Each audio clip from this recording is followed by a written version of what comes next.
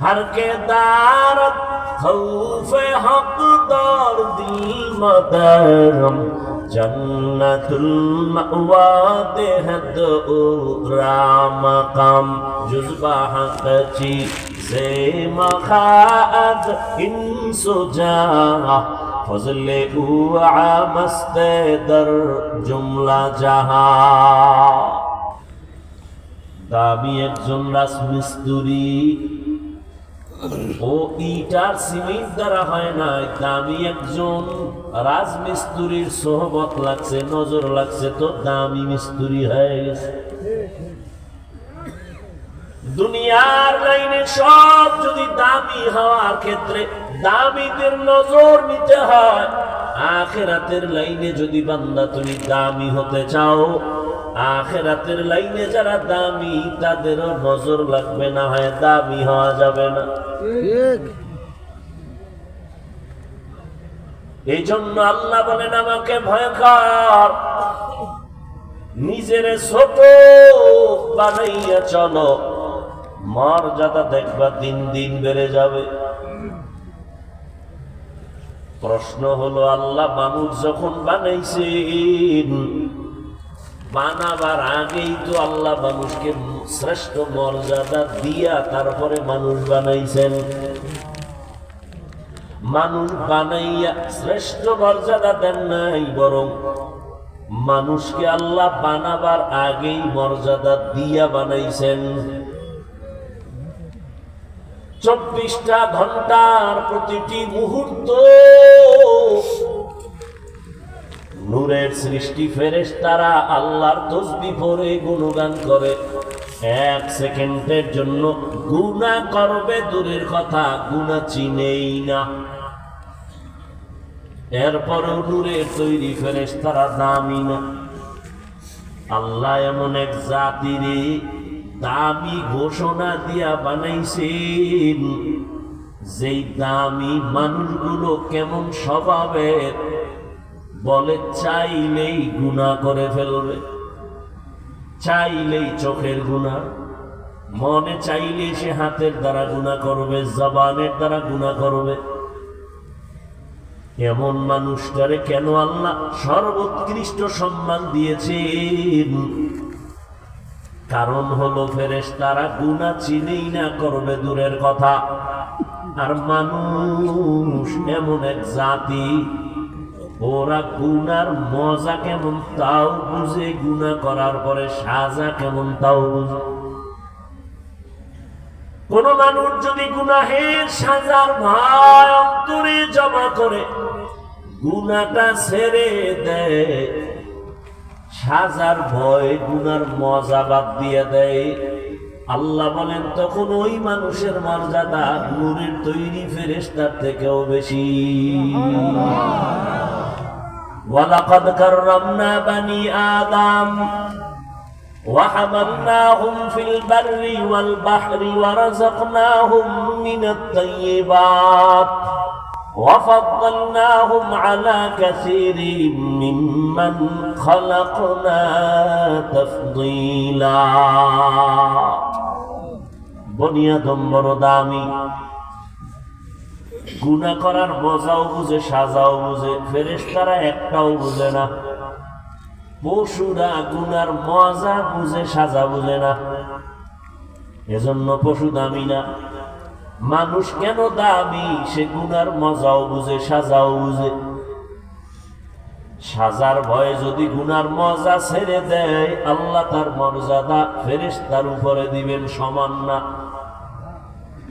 আবার কেউ যদি গুনার মজা বুঝিয়া সাজাকে তোয়াক্কা না করে গুনাহ করে ফেলে আল্লাহ তাও বলেন ওটা আর মানুষ থাকবে না ওটা পশুর থেকেও খারাপ হয়ে যাবে ولقد ذرأنا لجهنم كثيرا من الجن والإنس لهم قلوب لا يفقهون بها ولهم أعين لا يبصرون بها ولهم آذان لا يسمعون بها أولئك كالأنعام بل هم أضل أولئك উলাইকা হুমুল গাফিলুন।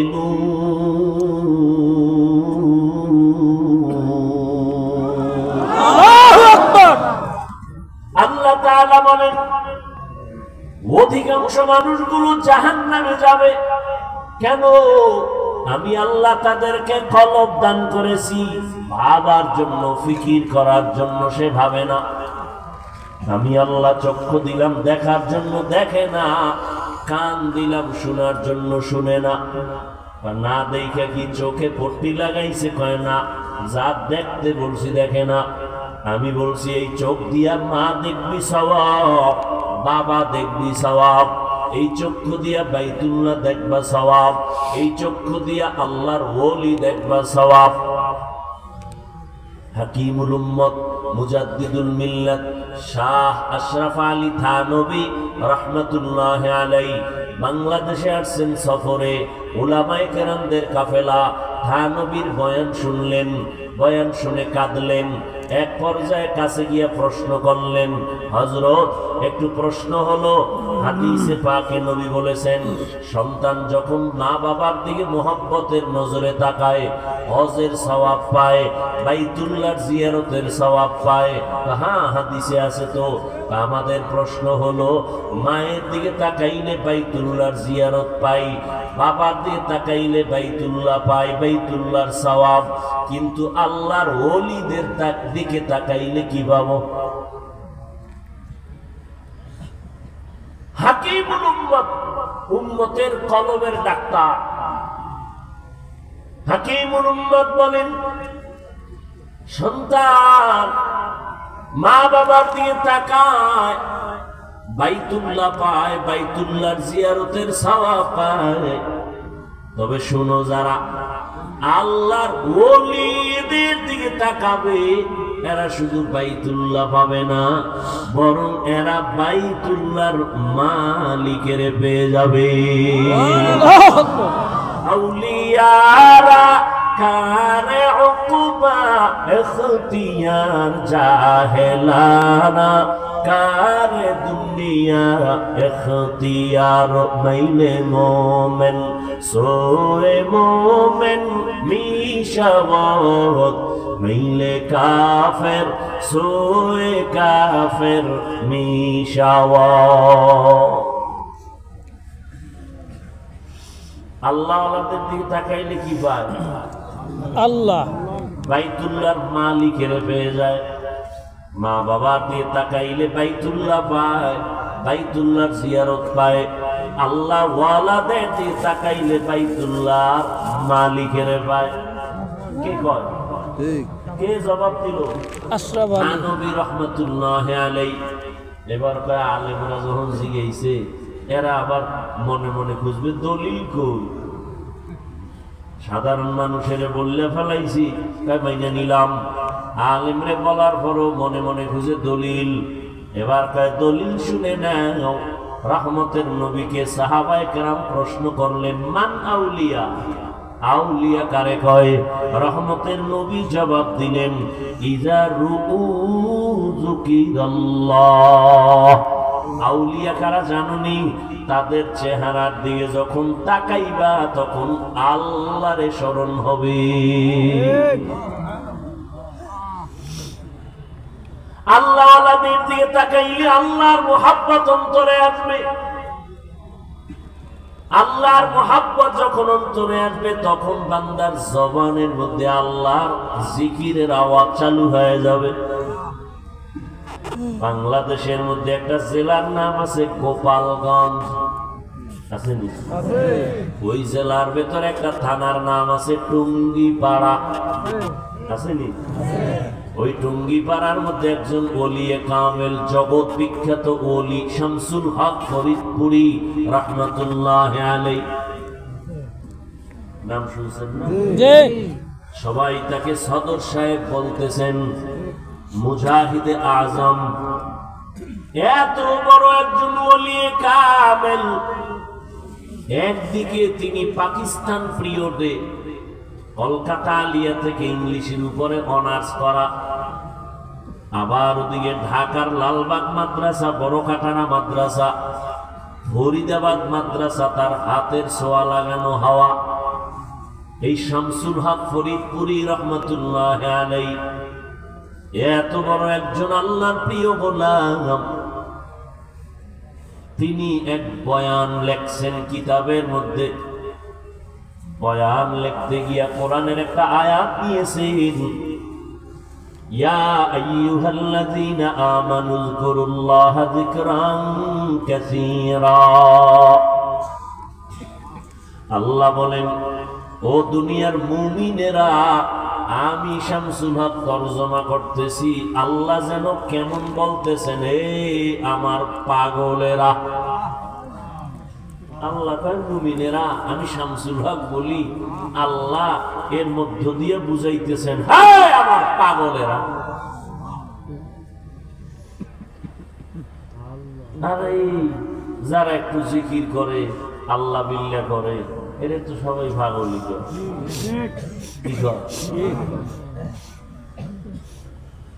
যে কয় হেও পাগল, যারে কয় হেও পাগল।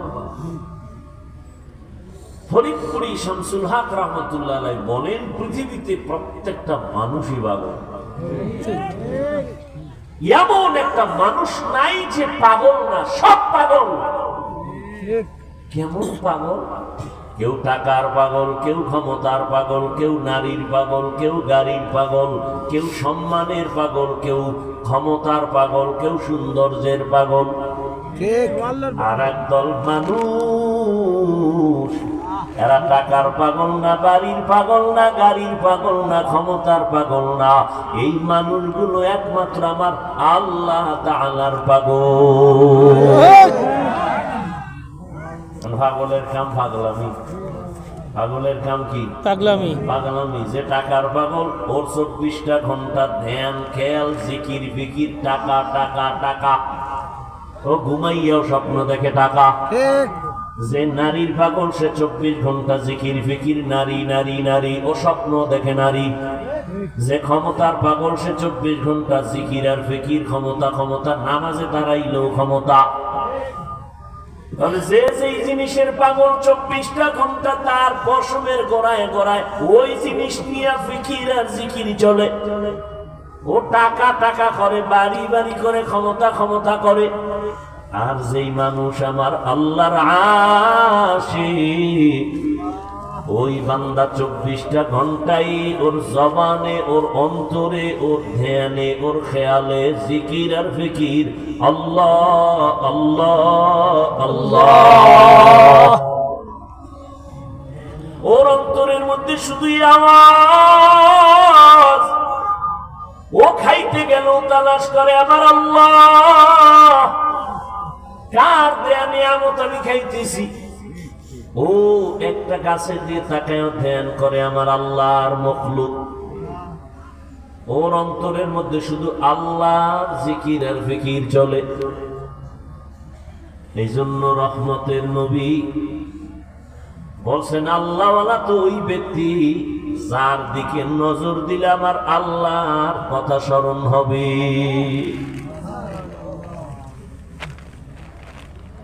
সব সময় আল্লাহর মহব্বতের আওয়াজ।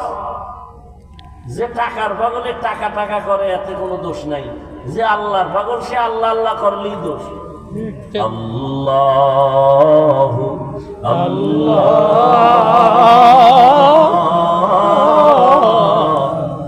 আল্লাহ আল্লাহ। ইয়া ইলাহি मुझसे मुझको दूर कर, ताके देखो मुझ में तुझको एक नजर। या इलाही तू मेरा माबूद है, या इलाही तू मेरा माशूक है।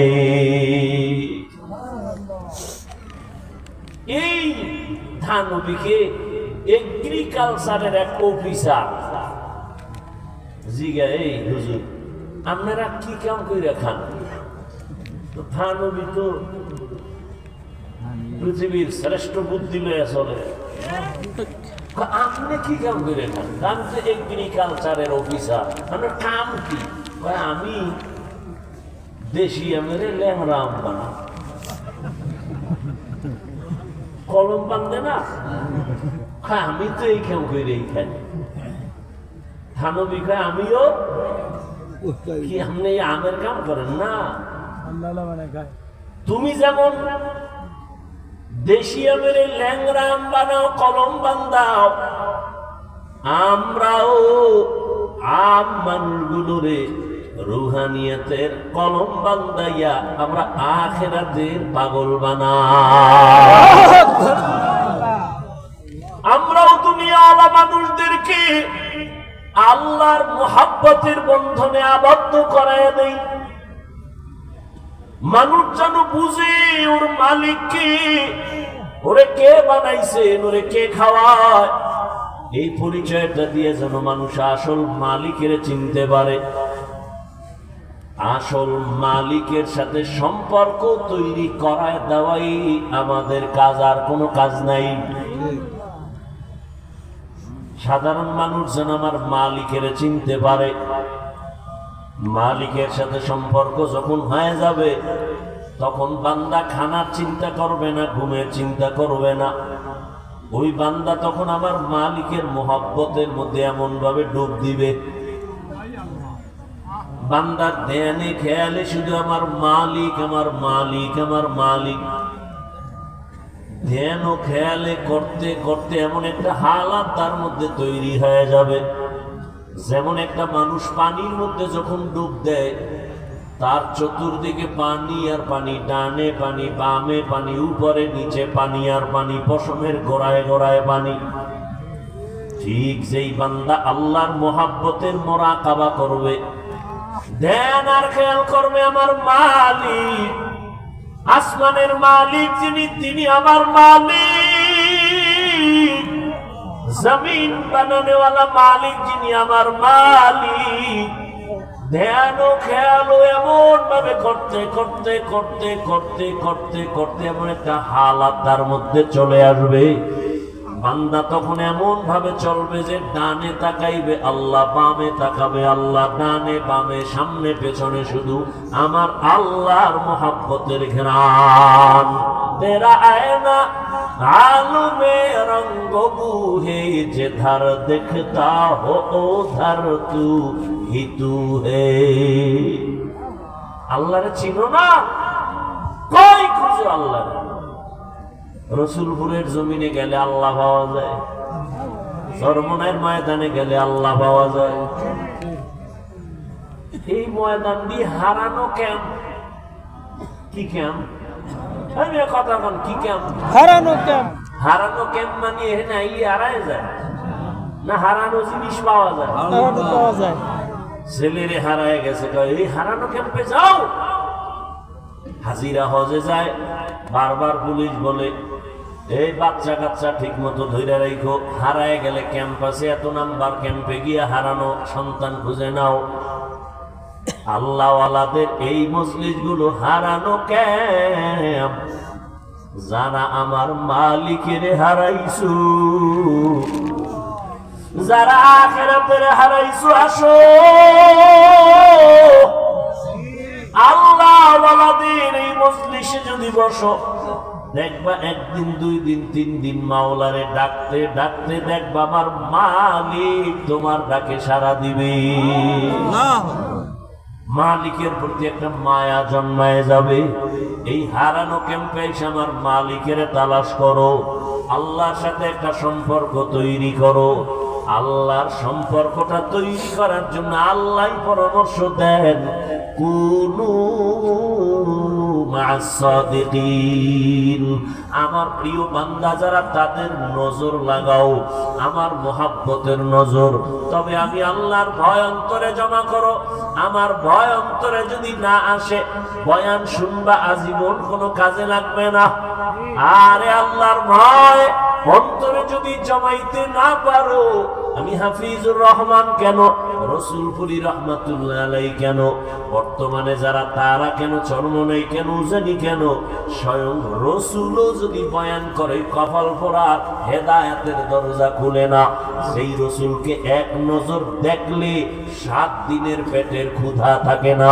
কেমন মায়ার নবী আমার, সেই রহমতের নবীর চেহারার দিকে এক নজর দিলে জাহান্নামের আগুন হারাম। ওই রহমতের নবীকে এক নজর না, একদিন না, এক টানা 13 বছর দেখলো, বয়ান শুনলো, এরপরেও কালেমা পড়লো না। এত বড় বেঈমান, বরং আমার নবীর বিরুদ্ধে ষড়যন্ত্র করে, আল্লাহর ভয় অন্তরে নাই। অন্যদিকে যুবক তরবারি নিয়ে দৌড়ায়, 27 বছরের যুবক নবীজিরে জবাই করার জন্য। তরবারিটা নিয়ে নবীর সামনে এসে চেহারা দেখা মাত্র তরবারি ফালায়, বলে নবী আমাকে মাফ করে দেন, কালেমা রশি আমার গলায় পড়ায় দেন। মাওলায় যদি কবুল করিয়াই নেই, নবীকে জবাই করতে আসিয়াও বান্দা কালেমার রশি গলায় লাগায়। আর কপাল যদি পুড়িয়া যায়, নবীজির 13 বছর বয়ান শুনিয়া চেহারা দেখিয়া বান্দা কালেমা পড়ে না। এমন বেঈমান কপাল পোড়া, এর নাম জানেননি? আবু জাহেল। আবু জাহেল, আবু জাহাল। আর নবীজিরে জবাই করতে আইসা ওমর 27 বছর বয়সে কালেমাওয়ালা হয়ে গেছে। কালেমা পড়িয়া তরবারি নিয়ে দাঁড়ায় গেছে, মুহাম্মদের বিরুদ্ধে কথা বলনেওয়ালা। আসো, মুহাম্মদের দরকার নাই, আমি ওমরের তরবারি যথেষ্ট। আল্লাহ তারে এখন এমন পাওয়ার দিছেন যে ওমর এখন যে পথ দিয়ে চলে, শয়তান ওই পথে আসে না। এবার বুঝেন কেমন বেড়া, যেই শয়তান আল্লাহকে যুক্তি দিয়া আদমরে সেজদা দেয় নাই, সেই শয়তান এখন খালি ওমরের ভয় পায়। যুবক মদের বোতল হাতের মধ্যে নিয়ে মদ পান করে আর আনন্দ করে করে রাস্তা দিয়া যায়। হঠাৎ নজর করে দেখে অপর পার্শ্ব থেকে ওমর আসতেছে, দেখেই কম্পন শুরু। ওমর তো এমন বেড়া যে কথার আগে তরবারি রেডি। মনে মনে তওবা করে, আল্লাহ আমারে বাঁচাও, জীবনে আর মদের বোতল হাতে নিব না, ফালাইতেও পারে না, অন্তরে ভয়। ওমর সামনে সেই নজর দিয়ে দেখে বোতল, বোতলটা আমার হাতে দে। যুবক কাঁপতেছে, কাঁপো কেন, দে বোতল দে, ভয় নাই দে। যুবক তো অন্তর মালিক দিয়ে দিছে, পাগল নাই। এমন ভাবে মালিকের সাথে তওবা করে ফেলেছে। ওমর বোতলটা হাতের মধ্যে নিয়েছেন, বোতলটা নিয়ে তাকায় দেখে পুরা বোতলে এক ফোঁটা মদ নাই, পুরা বোতলটাই সাদা দুধে ভরা।